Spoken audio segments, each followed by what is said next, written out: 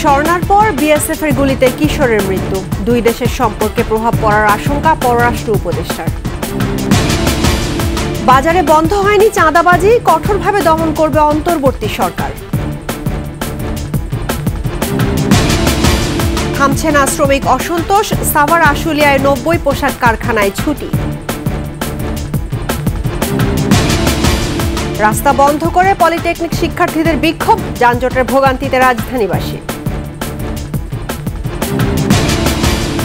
আন্দোলনে হতাহতদের তথ্য চায় ট্রাইব্যুনাল, জেলা প্রশাসকের দেয়া হয়েছে চিঠি।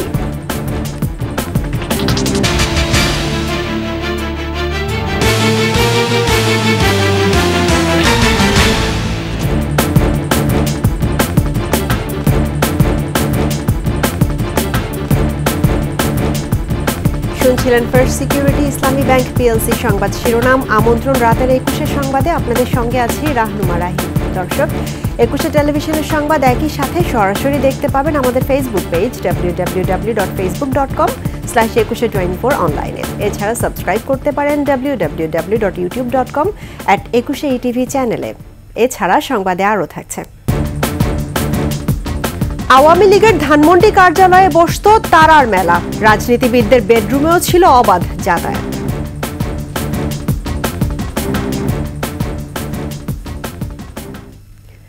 সীমান্তে বেড়েই চলছে লাশের মিছিল। এক সপ্তাহের ব্যবধানে ভারতীয় সীমান্তরক্ষী বাহিনীর হাতে প্রাণ গেল বাংলাদেশি আরেক কিশোরের। ঠাকুরগাঁয়ের বালিয়াডাঙ্গি উপজেলার ধনতলা ইউনিয়নের কান্তিভিটা সীমান্ত এলাকায় বিএসএফ এর গুলিতে নিহত হয় জয়ন্ত কুমার সিংহ। গতরাতে ধনতলায় সীমান্তের 393 নম্বর পিলারের পাশে হতাহতের ঘটনা ঘটে। এ সময় আহত দুজন রংপুরের একটি ক্লিনিকে চিকিৎসাধীন বলে জানা গেছে। এর আগে গত 1 সেপ্টেম্বর মৌলভীবাজারের কুলাউড়া উপজেলার লালারচক সীমান্তে বিএসএফ এর গুলিতে মারা যায় কিশোরী স্বর্ণা রানী দাস।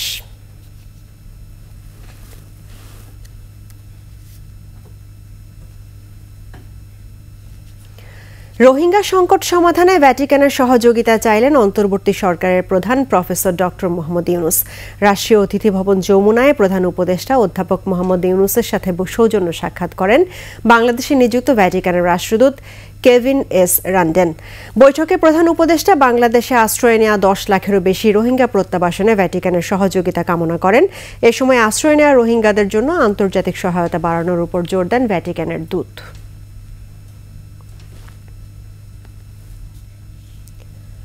বাজারসহ বিভিন্ন স্থানে চাঁদাবাজি হচ্ছে জানিয়ে তার বিরুদ্ধে সরকার ব্যবস্থা নিচ্ছে বলে মন্তব্য করেছেন অর্থ বাণিজ্য উপদেষ্টা ডক্টর সালেউদ্দিন আহমেদ। চাঁদাবাজি বন্ধে রাজনৈতিক দলগুলোকে এগিয়ে আসার আহ্বান জানান উপদেষ্টা। তৌহিদুর রহমানের রিপোর্ট।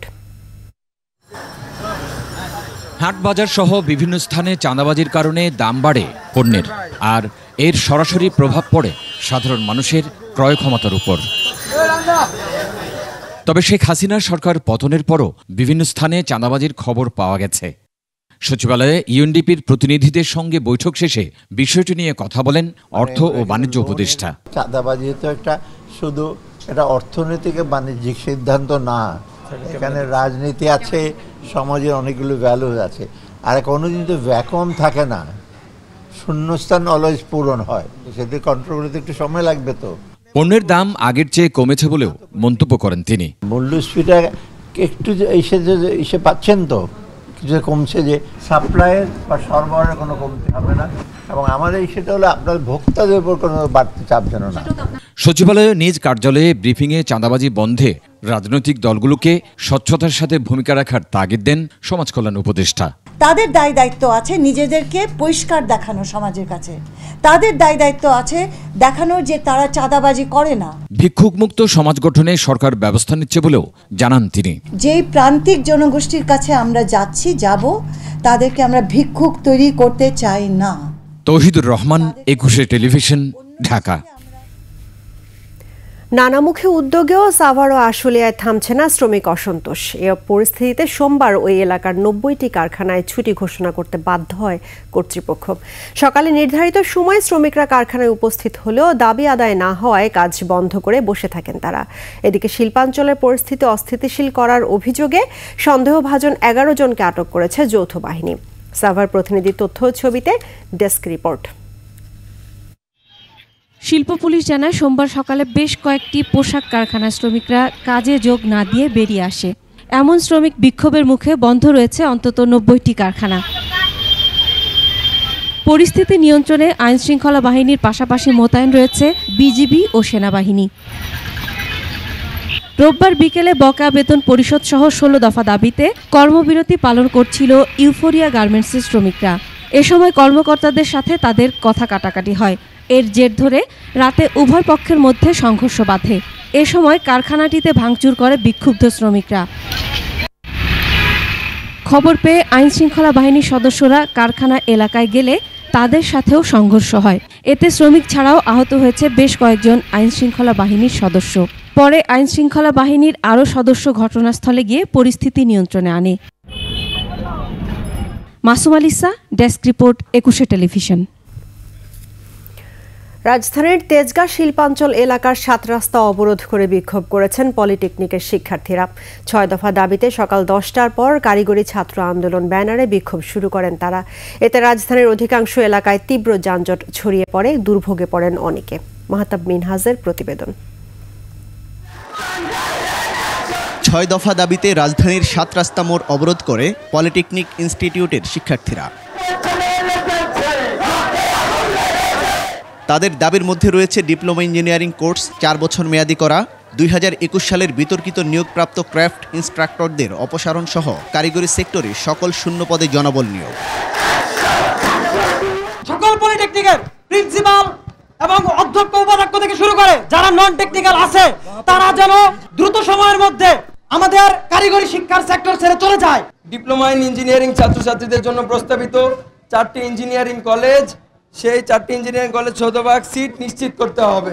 এতে মগবাজার, মহাখালী, খামারবাড়ি, ফার্মগেট, শাহবাগ, কারওয়ান বাজার সড়কে তীব্র যানজটের সৃষ্টি হয়। ভোগান্তিতে পড়েন রোগীসহ পথচারীরা। আমার পা ভেঙে গেছে, এরকম যদি আপনি আন্দোলন করেন তাহলে আমাদের কষ্ট হবে। আমি রিকোয়েস্ট করলাম যে আমাদের অন্তপক্ষে ছেড়ে দেন, আস্তে আস্তে কিছু লোক যারা ছোট ছোট যানবাহন নিয়ে যায় এদেরকে ছেড়ে দেন, তেনারা দেবে না। আমাদের রুগী, আমরা এখন যাইতে পারতেছি না, রুগী নিয়ে হাসপাতাল থেকে বাইরে। মাহতাব মিনহাজ, ২১ টেলিভিশন, ঢাকা। বৈষম্য বিরোধী ছাত্র আন্দোলনের ঘটনার হতাহত মামলা ও ঘটনার তথ্য চেয়ে চিঠি দেওয়া হয়েছে বলে জানান চিফ প্রসিকিউটর তাজুল ইসলাম।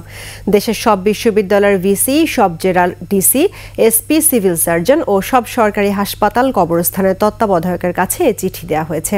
তদন্ত শেষ করতে নির্ধারিত সময়ের একদিনও বেশি নেওয়া হবে না বলে জানান চিফ প্রসিকিউটর। বিস্তারিত জানাচ্ছেন শাকের আরজু। জুলাই আগস্টের বৈষম্য বিরোধী ছাত্র আন্দোলনের তথ্য, ভিডিও, আহত, নিহত এবং মামলার তথ্য চেয়ে চিঠি দেওয়া হয়েছে দেশের সব জায়গায়। চিফ প্রসিকিউটর জানান, তদন্ত সংস্থা ও prosecution team Dhaka medical college পরিদর্শনে গিয়ে আহতদের সাথে কথা বলেছেন এবং পরিচালকের কাছে আরও তথ্য চেয়ে আবেদনও করেছেন। আজকে আমরা বাংলাদেশের সকল জেলা প্রশাসক, সকল পুলিশ সুপার, সকল সিভিল সার্জন, সকল সরকারি এবং বেসরকারি হসপিটালের যারা প্রশাসনে আছেন, দায়িত্বে আছেন, তাদের কাছে চিঠি পাঠাচ্ছি। তাদের এই এলাকার মধ্যে কতগুলো ঘটনা ঘটেছে, কতটা মামলা হয়েছে, কারা কারা সম্ভাব্য আসামি, কারা কারা ভিকটিম, এগুলোর তালিকা তারা দেবেন। পাশাপাশি গণমাধ্যম সহ দেশের বড় কবরস্থানগুলোর তত্ত্বাবধায়কের কাছে চিঠিও পাঠানো হয়েছে। সেসব কবরস্থানের পরিচয় এবং বেওয়ারিশ কতজনকে দাফন করা হয়েছে তার তথ্য চাওয়া হয়েছে।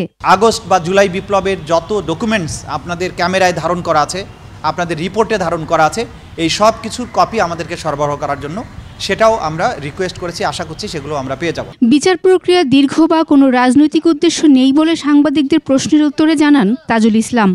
বর্তমান সরকার কোনো রাজনৈতিক সরকার নয়। এই সরকার এসেছেন রাষ্ট্র কাঠামোটাকে ঠিক করে দেওয়ার জন্য। এই বিচার প্রক্রিয়া দীর্ঘ হলে এই সরকারের পুনর্নির্বাচিত হওয়ার কোনো কারণ নাই, সম্ভাবনাও নাই। সুতরাং এই সরকারের কোনো রাজনৈতিক অভিলাষও থাকতে পারে না, নেই বলে আমরা জানি। কোনো বিচারকে কোনো রাজনৈতিক উদ্দেশ্য হাসিলের জন্য ব্যবহার হবে না, এটা আমরা আজকে প্রসিকিউশনের পক্ষ থেকে জাতির কাছে পরিষ্কার করতে চাই। যে গত ৫ সেপ্টেম্বর আন্তর্জাতিক অপরাধ ট্রাইব্যুনালের চিফ প্রসিকিউটর সহ ৪ প্রসিকিউটর নিয়োগের প্রজ্ঞাপন জারি করা হয়। শাকের আরজু, ২১ টেলিভিশন, ঢাকা। শোবিজ দুনিয়া থেকে রাজনীতির মঞ্চে ভ্রমর সেজে মধুপান করতে আসছেন অভিনয় শিল্পী, নায়ক নায়িকা, গায়ক গায়িকারা। আওয়ামী লীগের ধানমন্ডি কার্যালয়ে বসত তারকারাজির মিলন মেলা, কখনো ব্যক্তি সুবিধা তো কখনো এমপি পদের মনোনয়ন পেতে দ্বারস্থ হতেন প্রভাবশালী নেতা মন্ত্রীদের কাছে। রাজনীতির মাঠ থেকে বেডরুম, অবাধ যাতায়াত ছিল অভিনেত্রীদের। ক্ষমতার অপব্যবহার করা এইসব তারকার বিরুদ্ধে মুখ খুলতে শুরু করেছেন সংস্কৃতি অঙ্গনের ব্যক্তিত্বরা। বিস্তারিত জানাচ্ছেন আদিত্য মামুন। নৌকাতে ভোট না দিলে জামু বাপের বাড়ি। কখনো রাজনীতি না করা তারানা, সুবর্ণা, মমতাজ বেগমরা বারবার নির্বাচিত হয়েছেন সংসদ সদস্য। তাদের পথ ধরে একে একে এমপি পদ পেতে মরিয়া হয়েছেন রিয়াজ, শাকিল, মৌসুমী, রোকেয়া প্রাচী, সুইটি, শমী কায়সার, জাহিদ হাসানদের মতো তারকারা। যখন যে দল ক্ষমতায় তখন তাদের লেজুর বৃত্তি, সাফল্যের চাবিকাঠি এইসব তারকাদের। আমি জানতাম কিন্তু মৌসুমী বিএনপি মাইন্ডেড আগে থেকে। এদের তো ভোল পাল্টানোর চরিত্র, আজকে অমুকের বিছানায় কালকে অমুকের বিছানায়। Sorry to say. দ্বাদশ জাতীয় সংসদে ঢাকা 10 আসনে আওয়ামী লীগের টিকেটে এমপি হন এক সময় ছাত্রদলের নেতা চিত্রনায়ক ফেরদৌস। তারেক রহমান সাহেবের পিছে পিছে করতো, ভাই ভাই বলতো। ফেরদৌস আওয়ামী লীগার হয়ে গেল। রিয়াজ কবে আওয়ামী লীগার ছিল? 2 দিন অভিনয় করিয়া সবাই যদি এমপি হতে চায়, তাহলে যারা বছরের পর বছর রাজনীতি করছে তাদের কি অবস্থা হবে? বৈষম্য বিরোধী ছাত্র আন্দোলনে হামলার পরিকল্পনার হোতা কোনো কোনো তারকা অভিনেতা। এসব কাজ করতে সরাসরি এবং সামাজিক যোগাযোগ মাধ্যমে চালিয়েছেন প্রকাশ্য প্রচারণা। রাজনীতির বন্ধাত্ব কাটাতে তারকা খ্যাতি ব্যবহার করতে চাইলেও খোদ শিল্পীরাই ছিলেন জনপ্রত্যাশার বিপরীতে।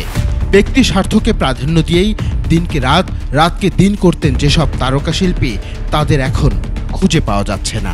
অপরাধী তো প্রকাশ্যে থাকতে পারে না, কারণ দেশের পরিস্থিতি এখন সেই জায়গায় নাই। ধরা পড়বে, তার নামে তাকে বিচারের মুখোমুখি হতে হবে। 2024-এর নির্বাচনে দাঁড়ানোর চাপ থাকলেও কেউ কেউ তা উপেক্ষা করেছেন। তবে স্বার্থের স্রোতে ভেসে গেছেন ক্ষমতার চাপরাশি তারকারা।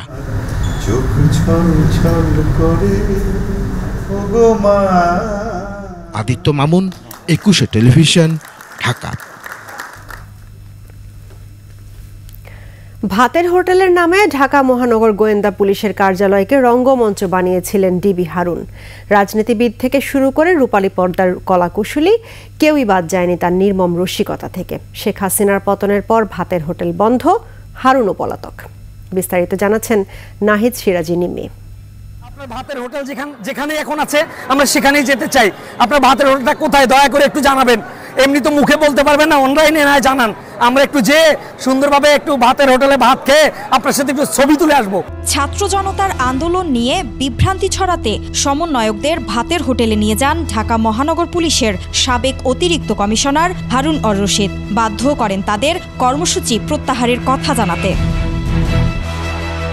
তার এই কর্মকাণ্ড তুমুল বিতর্কের সৃষ্টি করে। বিষয়টি শেষ পর্যন্ত উচ্চ আদালত পর্যন্ত গড়ায়। সব দিকে তার দুর্নীতি, কিন্তু এখনো তাকে আইনের আওতায় কেন যে আনা হয়নি সেটাই বুঝতে পারছি না। বিভিন্ন সময়ে গোয়েন্দা পুলিশের কার্যালয়ে অভিযোগ নিয়ে আসা মানুষদের খাওয়া দাওয়া করিয়ে হারুন হয়েছিলেন দেশ জুড়ে ভাইরাল। তার ভাতের হোটেলে অতিথি হতে বাধ্য হতেন তারই হাতে নির্যাতিত অনেকেই। ভাতের হোটেল দিয়ে মানুষের, জনগণের মধ্যে একটা বিভ্রান্তি সৃষ্টি করছে, মানুষের আস্থা হারিয়ে ফেলছে।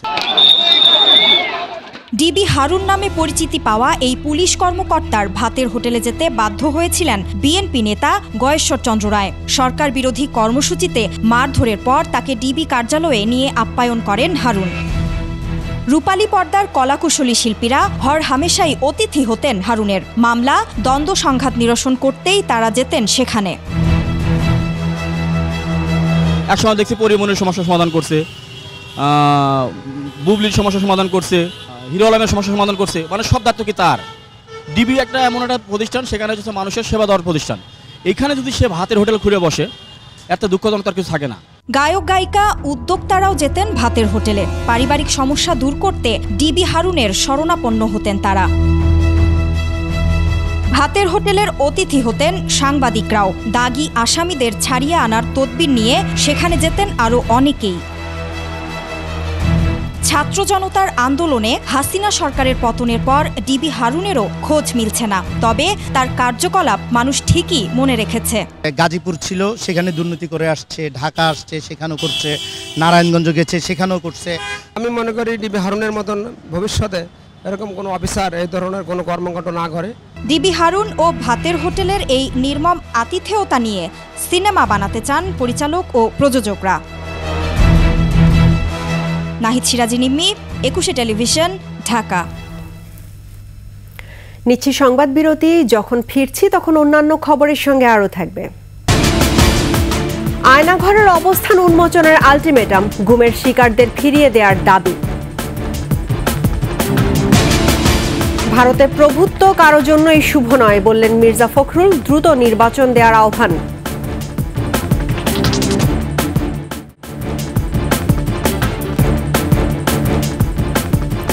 আবারও আমন্ত্রণ রাতের 21 সংবাদে। গুম হওয়া স্বজনদের অনতিবিলম্বে ফিরে পেতে চান পরিবারের সদস্যরা। একই সঙ্গে 48 ঘন্টার মধ্যে সকল আয়নাঘরের অবস্থান উন্মোচন সহ সাথে জড়িতদের শাস্তির আওতায় আনারও জোর দাবি তাদের। রাজধানীতে ক্রাইম রিপোর্টার্স অ্যাসোসিয়েশনের মিলনায়তনে বাংলাদেশ গুম পরিবার আয়োজিত সংবাদ সম্মেলনে স্বজনহারাদের কণ্ঠে উঠে আসে এসব দাবি। বিস্তারিত তরিকুল ইসলামের রিপোর্টে। আমাকে ছেড়ে দাও, আমাকে ছেড়ে দাও, কিন্তু সেই নরপশুরা একটু তাদের মন কাঁদে নাই। প্রিয়জনের সন্ধানে জড়ো হওয়া মানুষের কান্নায় এভাবেই ভারী হয়ে ওঠে বাংলাদেশের গুম পরিবারের সংবাদ সম্মেলন মঞ্চ। সাদা পোশাকধারী কিছু লোক আইন শৃঙ্খলা বাহিনীর পরিচয় আব্বুকে নিয়েছিল।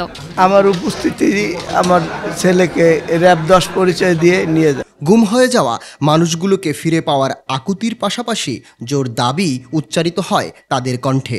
আমরা কোনো সুষ্ঠু বিচার পাইনি। আমি চাই এখন আমার বাবা যাতে সুন্দরভাবে যদি বেঁচে থাকে আর যদি মারাও যায় সেটাও আমরা জানতে চাই। আমার মনের একটা আবেগ ছিল যে ওনারা যদি যেই তো বলছে ছেড়ে দিবে, ছেড়ে দিলে ওকে আমি যা পারি 2 লাখ 3 লাখ যা পারি আমি তাদেরকে সম্মান করব। 48 ঘন্টার ভিতর আয়নাঘর উন্মোচন না করা হলে কঠোর কর্মসূচিরও হুঁশিয়ারি তাদের। গুমের শিকার ভুক্তভোগী পরিবারগুলোর জন্য আর্থিক সহায়তারও দাবি জানানো হয়। টর্চার সেল বা আয়নাঘর নামে গুম নিখোঁজ পরিবারের সদস্যদের নিয়ে আমাদের টর্চার সেল আয়নাঘরগুলো তদন্ত করতে দেয়া হোক। আমরা নিজ চোখে বাংলাদেশে কোথায় কোথায় আছে এগুলো সচক্ষে দেখতে চাই আমরা। গত 27 আগস্ট অন্তর্বর্তী সরকার 5 সদস্যের কমিটি করে 45 দিনের মধ্যে প্রতিবেদন জমা দেওয়ার নির্দেশ দেয়। তবে 15 দিন হয়ে গেলেও এখনও গুমের শিকার পরিবারগুলোর সাথে কোনো যোগাযোগ করা হয়নি।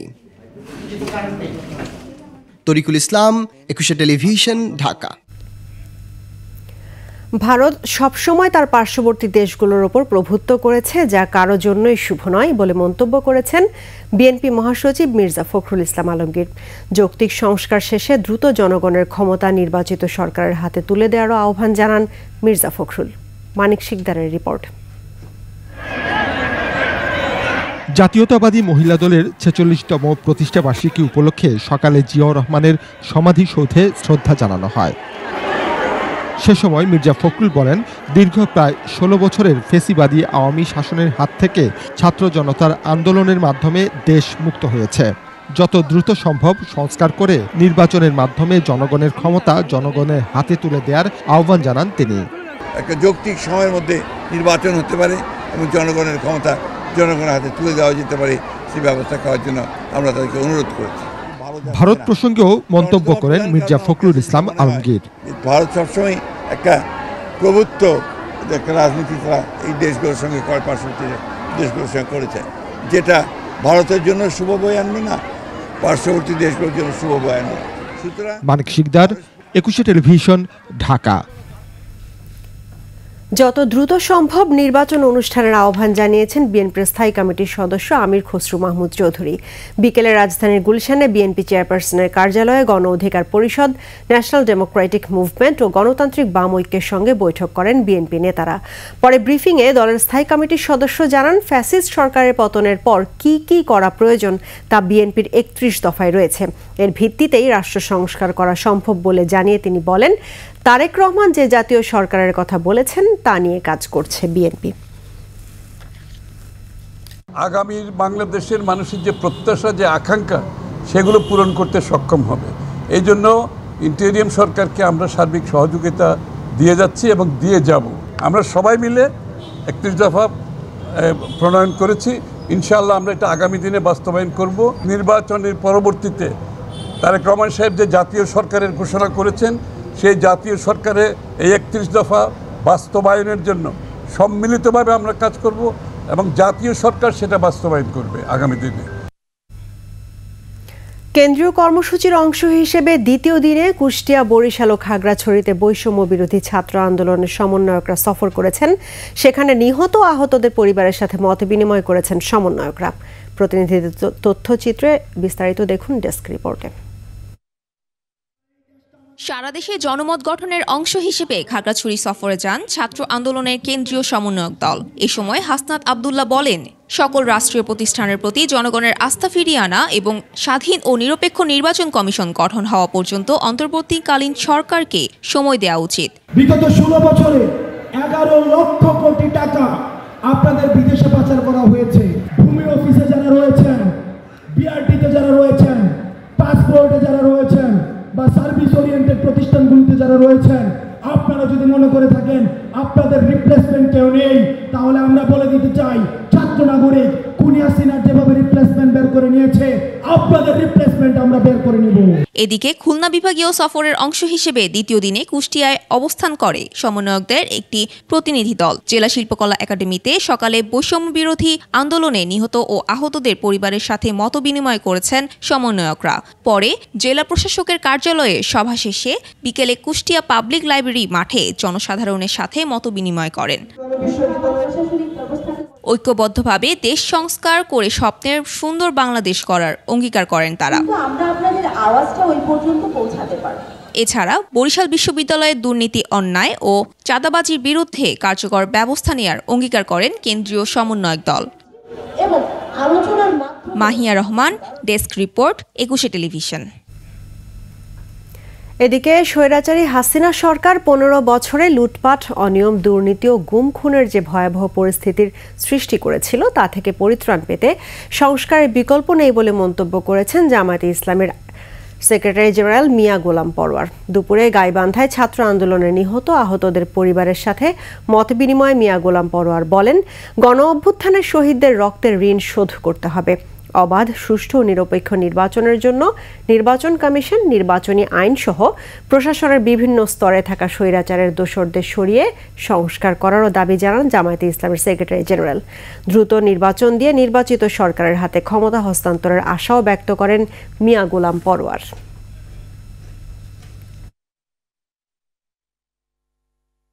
প্রশাসনকে যেভাবে তারা দলীয়করণ করেছে, দুর্নীতি করেছে, অর্থ লুটপাট করেছে, বাংলাদেশ ব্যাংকের অর্থ পাচার করেছে, মানুষ হত্যা করে লাশ পুড়িয়ে দিল, এর চেয়ে ঘৃণ্য কাজ আর তো নেই। এগুলো জাতির সামনে তুলে ধরে এই ফ্যাসিবাদী অপশক্তির বিরুদ্ধে বাংলাদেশের মানুষকে প্রতিরোধ গড়ে তুলতে এবং তার থেকে মুখ ফিরিয়ে একটি সুস্থ রাজনীতিতে ফিরে আসার জন্য আমরা জনগণকে আহ্বান জানাবো। ছাত্র জনতার আন্দোলনে পুলিশের সাথে সংঘর্ষে দৃষ্টি হারিয়েছেন 5 শতাধিক মানুষ। এর মধ্যে 90% ছাত্র, যাদের বয়স 18 থেকে 25 বছরের মধ্যে। এছাড়া রয়েছেন শ্রমিক, ব্যবসায়ী, গাড়ি চালক সহ বিভিন্ন পেশার মানুষ। উন্নত চিকিৎসা ও পুনর্বাসনে রাষ্ট্রকে এগিয়ে আসার দাবি জানিয়েছেন ক্ষতিগ্রস্তরা। শিউলি শবনমের প্রতিবেদন। তখন এভাবে এসে আমার চোখ পড়ে লাগে। 5 আগস্ট পুলিশের সাথে সংঘর্ষে ডান চোখে গুলিবিদ্ধ হন 26 বছরের শরীফ। চিকিৎসকরা জানান, সেই গুলি বের করতে গেলে শরীফের স্মৃতিশক্তি নষ্ট, এমনকি মৃত্যুও হতে পারে। এক সন্তানের বাবা শরীফ জানেন না কিভাবে কাটবে বাকি জীবন। ওনাদের কাছে যে অনুরোধটা রেখে যাব যে ওনারা আমাদের পুনর্বাসনের ব্যবস্থাটা যে অতি শীঘ্রই করে। জাতীয় চক্ষু বিজ্ঞান ইনস্টিটিউট ও হাসপাতালে 17 জুলাই থেকে সেবা নিতে আসে 929 জন। এদিকে 3 বার অস্ত্রোপচারের পরও কলেজ ছাত্র পিয়াল তার দৃষ্টিশক্তি ফিরে পাবে কিনা জানেন না স্বজনরা। চোখে দেখতে পাচ্ছে না, এখন ভবিষ্যৎ ওদের ইয়েটা কি হবে। গুলিতে ডান চোখের কর্নিয়া ছিঁড়ে গেছে 10ম শ্রেণীর ছাত্র সুমনের মতো অনেক শিক্ষার্থীর। চোখের ভেতরে আটকে থাকা সেসব গুলি বের করা যাচ্ছে না অনেকেরই। আমার যে রেটিনা ফেটে গেছে। চিকিৎসা নেয়াদের মধ্যে কেউ কেউ আছেন চাকরি হারানোর আশঙ্কায়। এমন পরিস্থিতিতে সরকারি সহায়তার দাবি জানিয়েছেন কেউ কেউ। আমাদেরকে যেন একটা চাকরির ব্যবস্থা করে দেয়, যারা এরকম আহত আছে, একটা পা নেই বা একটা নেই, হাত নেই। এ পর্যন্ত চক্ষু হাসপাতালে অস্ত্রোপচার করা হয়েছে 505 জনের। সর্বোচ্চ গুরুত্ব দিয়ে এসব রোগীকে বিনামূল্যে চিকিৎসা দেওয়া হচ্ছে বলে জানিয়েছেন চিকিৎসক ও হাসপাতাল কর্তৃপক্ষ। বেশিরভাগই যেই চোখে ইনজুর্ড হয়েছে সেই চোখটা মানে কমপ্লিটলি ব্লাইন্ড হয়ে যাবে অথবা পার্শিয়ালি ব্লাইন্ড হয়ে যাবে। তাদের ভীষণ দৃষ্টি আগের পর্যায়ে ফিরে আসার সম্ভাবনা খুবই কম। অনেক রোগীদের থার্ড ফেজও সার্জারি প্রয়োজন হতে পারে, যেমন অনেক রোগীদের কর্নিয়া আঘাতপ্রাপ্ত হয়েছে, পরবর্তীতে আমরা হয়তো কর্নিয়া ট্রান্সপ্ল্যান্টের প্রয়োজন আসবে। দৃষ্টিশক্তি হারানো এসব মানুষের দীর্ঘমেয়াদী চিকিৎসা জরুরি বলছেন চিকিৎসকরা। শিউলি শবনম, একুশে টেলিভিশন, ঢাকা। ফেনীতে বন্যার পানির চাপে মুসাপুর ক্লোজার ভেঙে নদী গর্ভে বিলীন। ফেনী নদীর জোয়ারের পানি প্রবেশ করে ভাঙনের কবলে দুই পারের ঘরবাড়ি, ফসলি জমি। ভাঙন হুমকিতে ৭৫ মেগাওয়াট উৎপাদন ক্ষমতা সম্পন্ন সৌর বিদ্যুৎ প্রকল্প। ফেনী প্রতিনিধি নজরুল ইসলাম রঞ্জুর তথ্যচিত্রে ডেস্ক রিপোর্ট। ফেনীর সোনাগাজী ও নোয়াখালী এলাকার ১.৩০ লাখ হেক্টর জমির ফসল লবণাক্ততা থেকে সুরক্ষা এবং জোয়ারের পানিতে ভাঙন থেকে রক্ষা করতে ছোট ফেনী নদীর উপর ২০০৯ সালে প্রায় ৩৩ কোটি টাকা ব্যয়ে নির্মাণ করা হয় ২৩ ভোল্টের মুছাপুর রেগুলেটর। বন্যায় গত ২৬ আগস্ট রেগুলেটরটি ভেঙে নদীতে বিলীন হয়ে যায়, বিচ্ছিন্ন হয়ে যায় নোয়াখালী ফেনীর সংযোগ। রেগুলেটরটি ভাঙার পর নদীর দুই পাড়ে নতুন করে ভাঙন দেখা দিয়েছে। আতঙ্কে দিন কাটছে সোনাগাজীর চর দরবেশ, কোম্পানিগঞ্জের চর পার্বতী, চর হাজারি ও মুছাপুরের বাসিন্দাদের। বাড়ি ঘর জায়গা জমিন অর্থ সম্পদ সব চলে গেছে। এখন যে কোথায় যে থাকবো, কোথায় যাব? আমাদের ঘর বাড়ি, কত হাজার হাজার জমির ইরিদান সব বিলীন।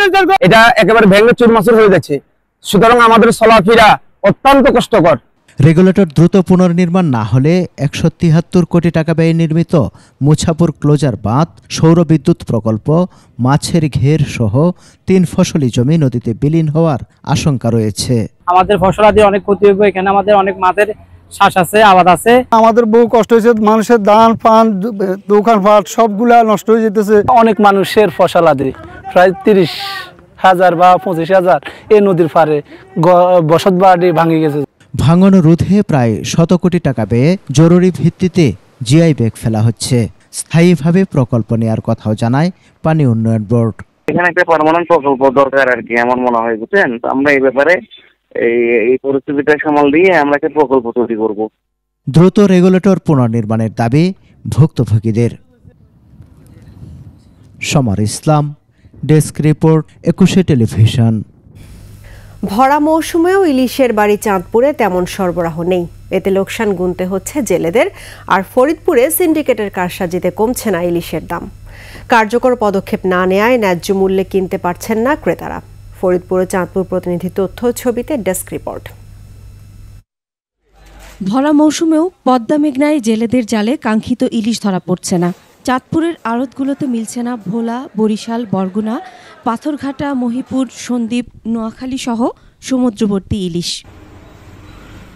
চাঁদপুরের সবচেয়ে বড় মৎস্য অবতরণ কেন্দ্র বড় স্টেশন মাছঘাটে আসছে না কাঙ্ক্ষিত ইলিশ। এবছর মাছের আমদানি উৎপাদন একেবারে কম, যেখানে ২-৩ হাজার মন আমদানি হইতো ওইখানে ২-২৫০ মন ৩০০ মন আমদানি। যে পরিমাণ জেলেদেরকে দাদন দিয়েছি ওই পরিমাণ দাদন আমরা এখনো ফেরত পাই নাই। সিজন চলাকালীন মাছের আমদানি একটু কম, তাই এই কারণে মাছের দামটা একটু বেশি। অপরদিকে ইলিশের দাম বেশি হওয়ায় ক্রেতাও হতাশ। দেখলাম, আমার কাছে মনে হয় না যে সিজন অনুসারে মাছের দাম খুব একটা কমেছে। মৎস্যবিজ্ঞানীরা বলছেন সেপ্টেম্বর থেকে নভেম্বর মাসে ইলিশ পাওয়া যাবে বেশি। চলমান মাসে আশা করছি যে ওনাদের যে লক্ষ্যমাত্রা অনুসারে যে আহরণ ইলিশের সেটা পর্যাপ্ত পরিমাণে থাকে। জেলা মৎস্য অফিসের তথ্য বলছে চাঁদপুরে পাইকারি দরে ৫ থেকে ৬০০ গ্রামের ইলিশ বিক্রি হচ্ছে ৮ থেকে ৯০০ টাকা, ৭০০ থেকে ৮০০ গ্রামের ১১০০ থেকে ১২০০ টাকা, আর ১ কেজির দাম ১৬০০ থেকে ১৭০০ টাকা। ১.৫ কেজি ১৮০০ থেকে ২০০০ টাকা বিক্রি হচ্ছে। তবে হাতিয়া থেকে আসা ইলিশের দাম প্রতি কেজিতে ১ থেকে ২০০ টাকা কম। ফরিদপুরে কাঙ্ক্ষিত মূল্যে মিলছে না ইলিশ।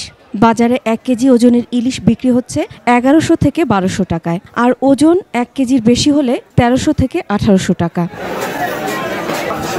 তবে চট্টগ্রাম ও কক্সবাজারের ইলিশের দর কিছুটা কম। ক্রেতারা বলছেন বাজারগুলোতে সিন্ডিকেটের অদৃশ্য নিয়ন্ত্রণ রয়েছে। অনেক বেশি দাম, আমি তো ফেসবুক থেকে মনে করি যে মাছ পানির দামে দিয়ে দিবে। ইন্ডিয়ায় মাছ যাচ্ছে না, তারপরেও কেন মাছের দাম কমে না? 600 টাকা ভালো ভালো মাছ, বড়গুলি 1100 টাকা 1200 টাকা, অনেক কমছে না দাম। এদিকে সিন্ডিকেট এবং হিমাগার মালিকেরা দুষছেন মাছ ব্যবসায়ীদের। বোটগুলি ট্রলারগুলি তো সাগরে নাইমে ঠিক মতো থাকতে পারে না, ওই দেখা গেল মধ্য সাগরে গেলে কিছু বেশি মাছ পাবে, ওই ধরনের যাইতে পারে না, কিনারে ভাই একদিন ভালো থাকে আবার চলে আসে। জেলা মৎস্য অফিস বলছে ইলিশ প্রাপ্তি নদী এবং সমুদ্রের উপর নির্ভরশীল। যারা বিক্রেতা তারা বলেছেন যে দামে তারা মোকাম থেকে কিনে আনেন তার সাথে পরিবহন করে যোগ করে একটা যৌক্তিক পর্যায়ে যেটুকু বিক্রি করলে তাদের ব্যবসাটা টিকে থাকবে বলা হয় সেভাবে তারা বিক্রি করছে। চলতি মৌসুমে রপ্তানি না হলেও বাজারে ইলিশের দাম সাধারণের নাগালের বাইরে। Masum আলিসা, desk report, 21 television. এ পর্যায়ে বাণিজ্য সংবাদ।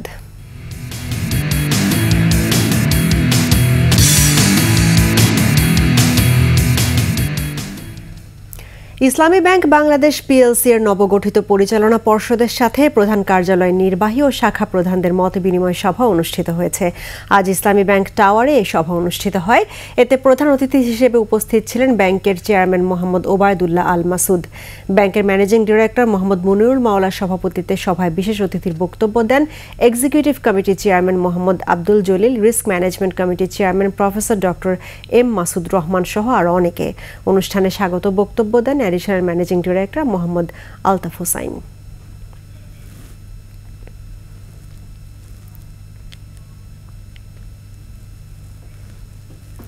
আর এরই সঙ্গে শেষ করছি রাতের 21 সংবাদ। তবে যাবার আগে ফার্স্ট সিকিউরিটি ইসলামী ব্যাংক পিএলসি সংবাদ শিরোনামগুলো জানাবো আরও একবার। স্বর্ণার পর বিএসএফ এর গুলিতে কিশোরের মৃত্যু, দুই দেশের সম্পর্কে প্রভাব পড়ার আশঙ্কা পররাষ্ট্র উপদেষ্টার। বাজারে বন্ধ হয়নি চাঁদাবাজি, কঠোরভাবে দমন করবে অন্তর্বর্তী সরকার। থামছে না শ্রমিক অসন্তোষ, সাভার আশুলিয়ায় 90 পোশাক কারখানায় ছুটি। রাস্তা বন্ধ করে পলিটেকনিক শিক্ষার্থীদের বিক্ষোভ, যানজটের ভোগান্তিতে রাজধানীবাসী। আন্দোলনে হতাহতদের তথ্য চায় ট্রাইব্যুনাল, জেলা প্রশাসকদের দেয়া হয়েছে চিঠি।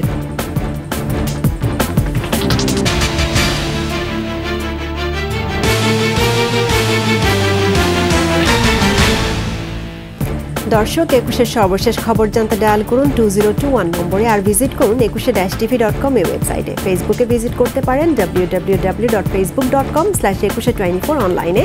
এছাড়া সাবস্ক্রাইব করতে পারেন www.youtube.com/21etv চ্যানেলে। এতক্ষণ সঙ্গে থাকার জন্য ধন্যবাদ।